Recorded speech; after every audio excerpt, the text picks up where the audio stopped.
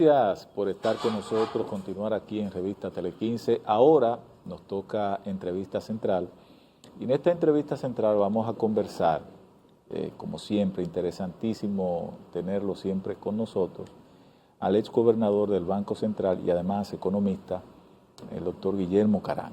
Así que gracias por estar aquí, don Guillermo, acudir a nuestro llamado. Bueno, lo de nosotros básicamente es economía, pero usted es una persona de alto vuelo, es una persona de Estado, es una persona que maneja la experiencia. No quiero desaprovechar la oportunidad para que me dé una valoración desde esa perspectiva de Estado, pero también desde la perspectiva económica de la situación de Venezuela y las medidas que ha tomado contra la República Dominicana.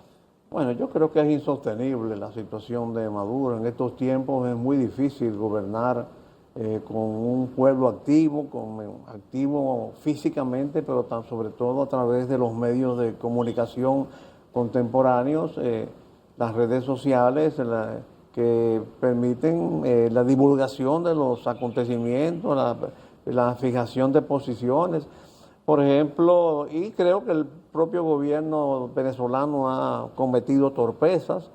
Eso de recibir la acreditación como presidente tan rápido, bajo un cuestionamiento de las actas, eso realmente evidencia que hay una desesperación, una debilidad. También vi algunas informaciones, algunas fotos, donde queriendo demostrar que hay organización, se delataron ellos mismos. Por ejemplo, una foto donde parece que es un centro de cómputo y tenía una computadora para cada estado, y ahí se veía que en cada estado estaba perdiendo, ¿no? O sea, que ellos, cuando se hacía un acercamiento. Claro, el hecho de divulgar unas informaciones que sobrepasaban el 100% de los votos. O sea que hay muchos detalles que son propios de la debilidad y los errores y la desesperación de un gobierno que quiere imponerse sobre la voluntad popular. Y eso de cortar lo que es la parte comercial también. Sí, sí. Y sobre todo esta disposición de, por ejemplo, en el caso dominicano, ¿por qué romper relaciones con República Dominicana? Me parece que hay otros países que han sido más agresivos, Brasil, ahora mismo España, que prácticamente endosó la posición de Lula, el conteo de las actas, la divulgación de las actas. Yo creo que la mejor forma hubiera sido divulgar las actas, a ver si de verdad ganó o no ganó. Sí, era lo mejor. Bien, pero vamos a venir ahora al plano local. Actualmente hay unas expectativas con el tema de un proyecto de reforma fiscal que se ha medio atrasado porque no se ha dado el cambio de gobierno. Y quizás el presidente de la República lo que está es esperando que se produzca la toma de posesión como nuevo mandatario, una nueva gestión. ¿Hay algunas informaciones o alguna sugerencia de parte suya para esta reforma fiscal? Bueno, yo he hecho una sugerencia, hice una sugerencia en uno de mis artículos que la sostengo. Yo creo que aquí lo que hay que propiciar es una ley marco de reforma fiscal, no una ley tipo paquetazo que contenga todos los impuestos, porque primero hay muchas presiones sociales que hay que tener en cuenta, y hay presiones internacionales. El fondo acaba hasta cierto punto de insistir, porque no es nuevo del fondo que se haga ese planteamiento de disciplinar la fiscalidad para no depender tanto del endeudamiento. Es lo que le llama una reforma integral. Una reforma inminente, impostergable. Ellos no usan la palabra integral, pero por definición una reforma fiscal debe ser integral, debe incluir el gasto como también los ingresos. Hay los temores, a veces exagerados, sobre el supuesto costo político de una reforma. Por ejemplo, con el tema de los gastos, que creo que de alguna forma deben reducirse para reorientarlo, no para eliminar gastos. Hay muchas personas que dicen, no, pero el gobierno no puede hacer esto en medio de ya no es el argumento de una campaña electoral en contra de la imagen pública, en contra de la popularidad presidencial, pero indudablemente hay que tener en cuenta que si no se reducen los gastos o si no se reorientan los gastos, va a haber que imponer nuevos tributos. Entonces hay que ponderar nuevos impuestos, hay que ponderar que tiene más costos políticos si reducir los gastos o aumentar los impuestos. Sobre todo que lo que está en agenda es la ampliación del ITEVIS, la ampliación de la base del ITEVIS, que se insiste mucho en el que hay un gasto tributario, pero del gasto tributario, que es 4,5% del Producto Bruto Interno, la mitad, yo le prefiero llamarle el sacrificio fiscal, porque no le veo sentido a eso del gasto tributario, pero el sacrificio que hace el Estado para dejar de percibir ingresos es más o menos 2,25% del Producto Bruto Interno.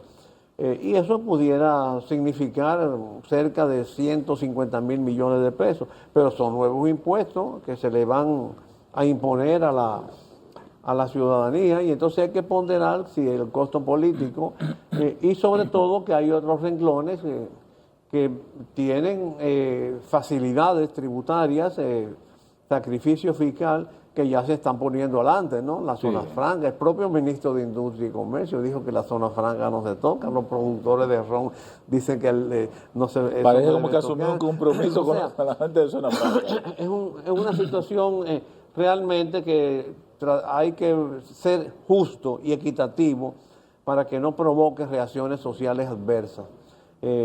Hay muchas experiencias internacionales. En la propia Venezuela, Chávez surgió después de un ajuste del Fondo Monetario Internacional. Bueno, aquí mismo en el 84, con un gobierno del PRD, hubo una reacción adversa. Y hay que tratar de evitar y aprovechar la experiencia. Por ejemplo, nosotros los reformistas hicimos una reforma y no hubo un tiro, y no hubo un muerto, ni un herido, incluso en un clima político de confrontación, porque la tesis de Bosch en el año 92 era primero no reconocer el triunfo de Balaguer, sino llevar a Balaguer a la legalidad. O sea, era una confrontación política que ahora no existe. No existe. Entonces, esas condiciones pueden favorecerse. Ahora, mi lectura de que el gobierno ha supeditado la reforma fiscal a que se apruebe primero la reforma constitucional, va a permitir llegarle echarle un poco de agua al vino a la expectativa, pero insisto... Y no es un error esa parte. Yo no lo haría así, no quiero calificarlo como un error. Si yo tuviera la oportunidad de estar en el gobierno, pues propiciaría... Invertido. Claro, porque indudablemente la reforma fiscal tiene una urgencia mayor, no importancia, una urgencia mayor que la reforma constitucional. No veo una necesidad sentida en el ambiente de que haya que reformar la Constitución. Sin embargo, sí hay una urgencia de que hay que reformar la fiscalidad. Pero ante ese clima de confrontaciones, de defender intereses, de temores, lo ideal sería propiciar una ley marco de reforma fiscal y entonces ir aplicando reformas específicas. Así lo hizo Marruecos. La idea no es mía, no es original, sino a veces investigando encuentro que en Marruecos establecieron una ley marco de reforma fiscal y luego con leyes específicas completaron las disposiciones necesarias.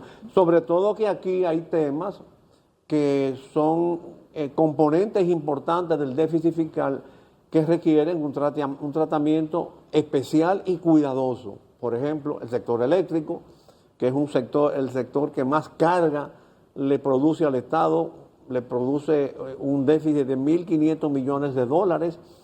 Hay que tratarlo primero o aparte y no meterlo en un paquete donde... Sí, porque además es estratégico el sector. Claro, el caso también de la recapitalización del Banco Central, que bueno, hasta ahora se han planteado soluciones fiscales al problema monetario que hay por el déficit cuasi fiscal, pero hay muchas voces recientes de economistas calificados que hablan de que hay que buscar una solución monetaria al problema monetario, porque ¿por qué eliminar el ITEVIS para resolver un problema monetario? ¿Por qué castigar a la población para resolver un problema monetario?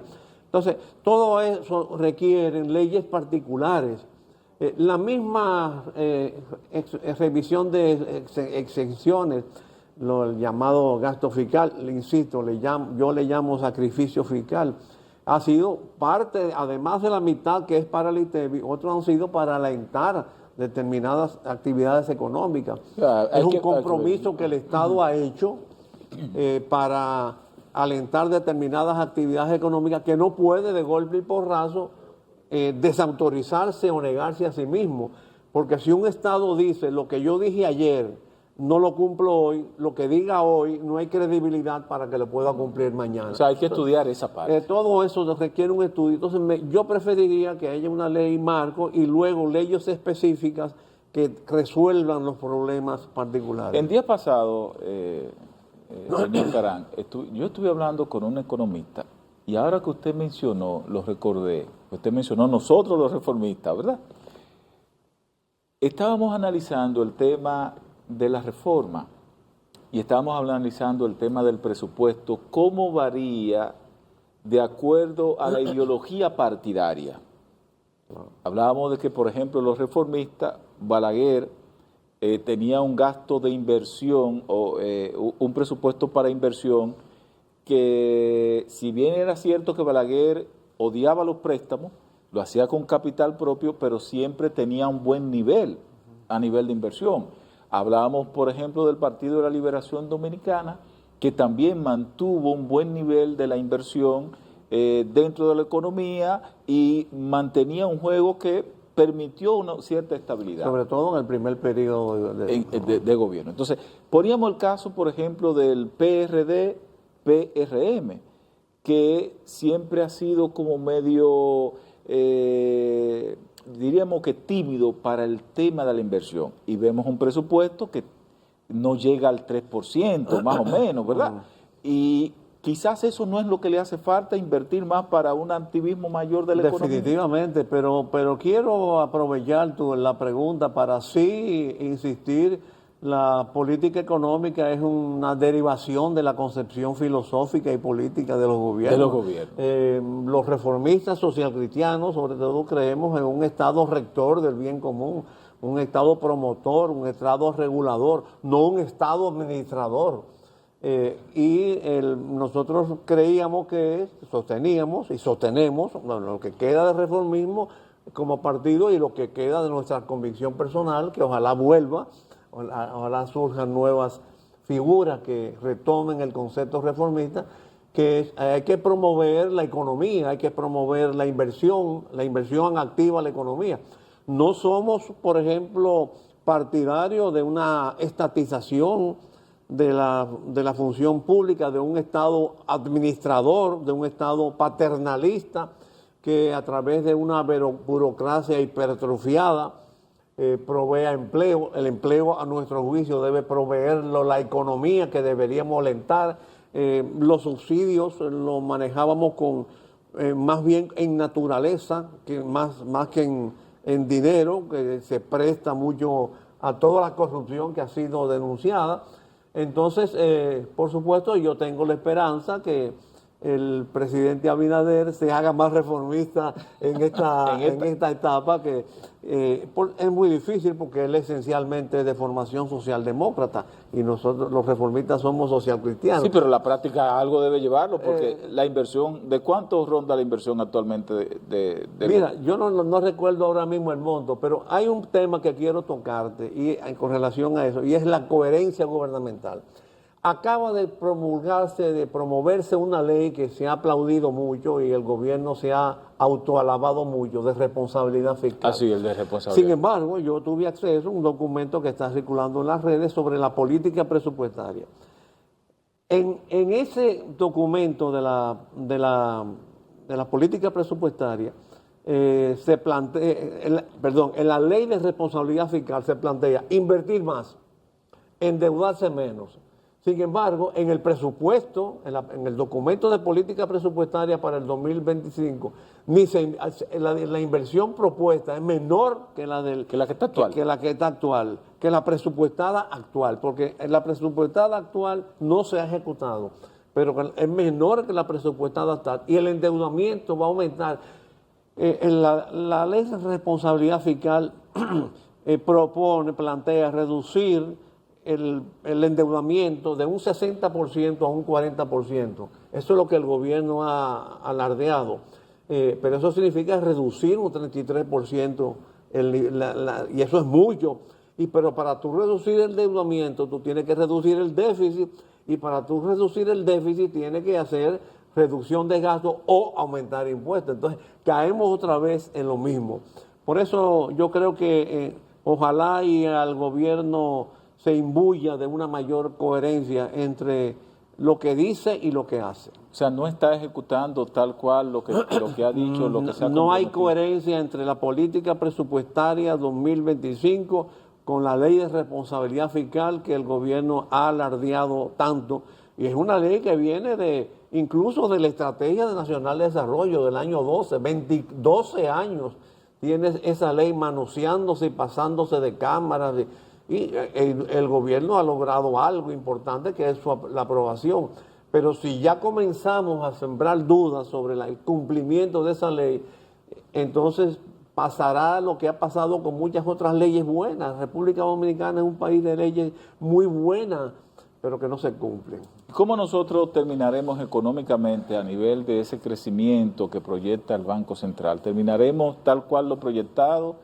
¿O esta resaca electoral, estas situaciones no van a incidir en ese término? El problema de la economía dominicana, y eso lo he insistido mucho con este gobierno, con gobiernos anteriores, no es de crecimiento. La economía dominicana es pujante. Aquí tenemos sectores empresariales, laborales, tecnológicos, que empujan el crecimiento económico, a veces incluso en contra del gobierno o a pesar de decisiones gubernamentales. De manera que yo no tengo duda de que el ritmo de crecimiento económico se va a mantener. El problema de la economía dominicana es la distribución de los beneficios del crecimiento económico, la sostenibilidad del esquema de crecimiento económico sustentado en un endeudamiento creciente, que puede provocar, bueno, el Fondo Monetario tiene años diciéndonos, frenen el endeudamiento, mejoren la fiscalidad para que no tengan que recurrir al endeudamiento. Y el Fondo Monetario es leído, los dictámenes del fondo lo leen los inversionistas. Bueno, mientras estemos pagando está bien, pero si en algún momento sucede algo, tanto nacional como internacional, porque estamos en un mundo complicado, Sí.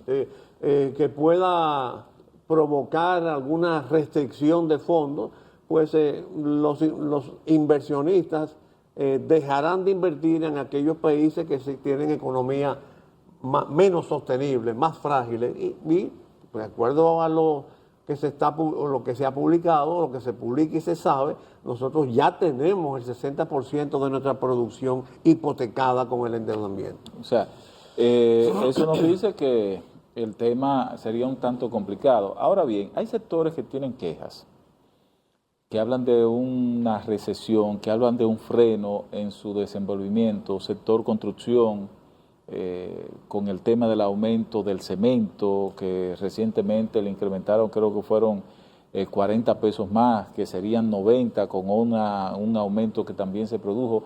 Estamos pagando casi 500 pesos por una funda de cemento. Está el tema de los productores agropecuarios, que hay una queja de un abandono actualmente de la producción local.